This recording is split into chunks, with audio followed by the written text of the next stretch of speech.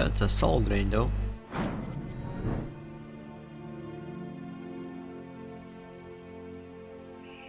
Alright, so we got Soul Drain, Golden Aviary, and Azurai. I'm pretty sure this hand does not have enough gas in it, though. I would not be surprised if you redrew. All your flying Oh, creature but he is going to keep this hand. All your flying creature have +2/+0. And there are Very no good for a flying heavy creature. flying deck like this. But there are rush, sort of rush, by Modgnik. Yep, that's right. But he was able to draw into a Drake here, and I think we're going to be seeing that come down. Yeah, sure. There it is. What can he reply Drake is an with? extremely powerful card. Oh, takes the I think he's center. not really going to reply with anything. He's probably just going to... Oh, he is going to play the last night. Oh, that's, So a little bit of too an early. advantage for him already.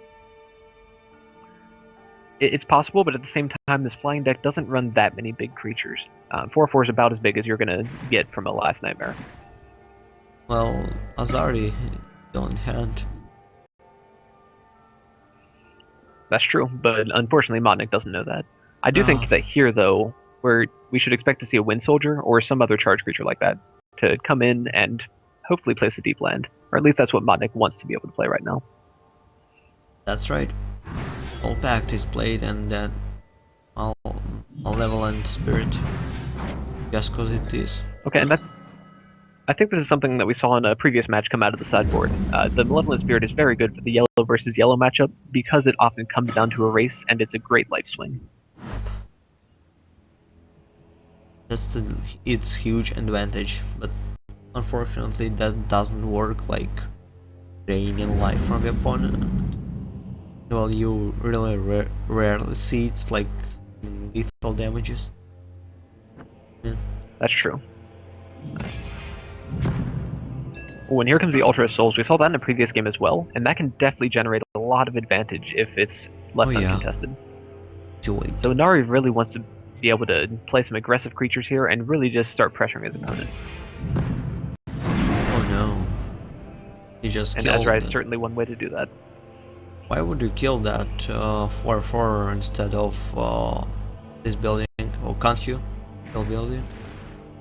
You cannot kill buildings with Azurai, no. It will only be able to deal with creatures. Okay. So champion is also here, so I would consider having +1 mana.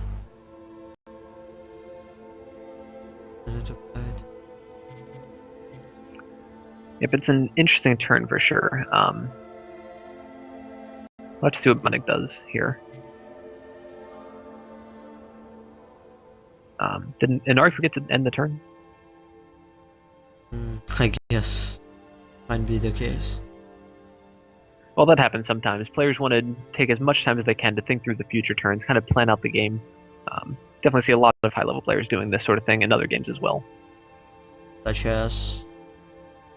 I know that Life Coach is one person who does it in Hearthstone. Well, of course. Life Coach is just taking the time. My favorite player. Making sure you think through the way to do it.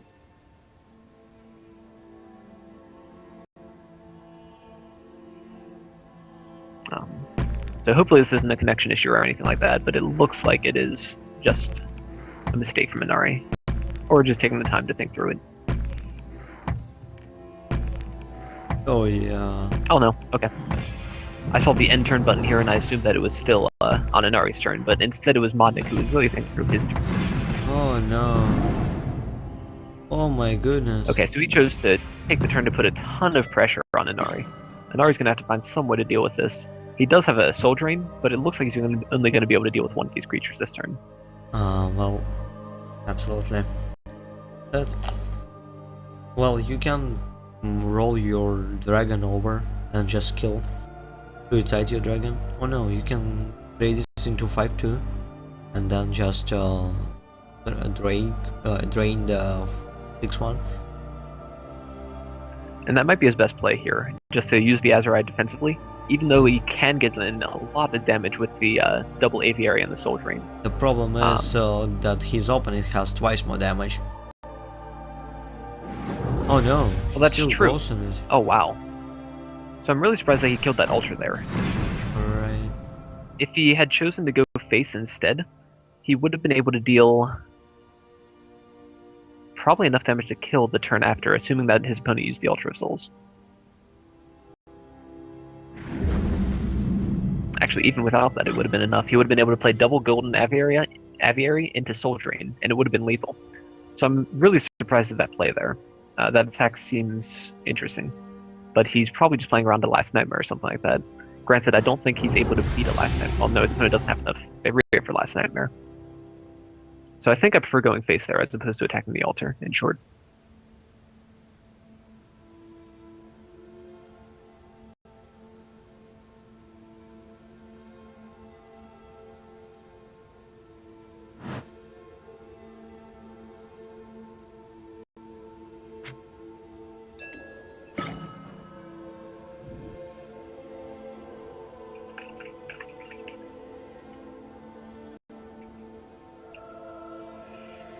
Alright, so here, we're on Inari's turn now, and he has to decide how he's going to deal with this 6-1. This 6-1 is just in his face way too much.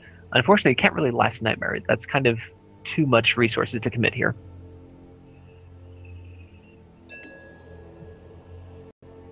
But I think he is going to play the Last Nightmare. It seems like his only option. He's going to be going for the more controlling game here. And just hope he can win the long game. And that his opponent will run out of steam. Absolutely. And like, he just made the right decision, turns out to be. He's going face, not the what we planned to have as best play. Yep, that's true. Now, if his opponent had a Soul Drain instead, I think that the play was a lot riskier. But since he is able to stabilize here, this play seems like it's going to be a better chance to win in the long run.